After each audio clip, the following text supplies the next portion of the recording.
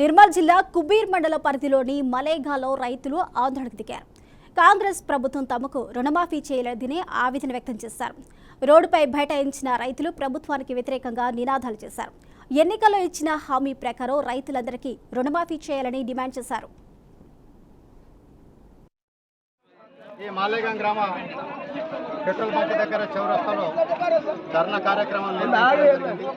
ఈ ధర్నా యొక్క ముఖ్య ఉద్దేశం ఏంటిదంటే, మన గౌరవ ముఖ్యమంత్రి రేవంత్ రెడ్డి గారు ఎన్నికల సమయంలో ఆయన మేనిఫెస్టోలో ప్రతి రైతు కుటుంబానికి రుణమాఫీ చేస్తానని చెప్పడం జరిగింది.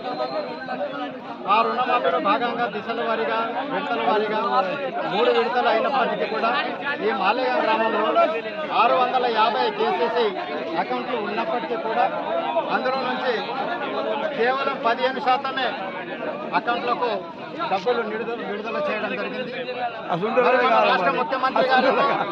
మన రాష్ట్ర ముఖ్యమంత్రి గారేమో అసెంబ్లీలో 30,000 కోట్ల నిధులతోటి ఈ మాలేగాం గ్రామ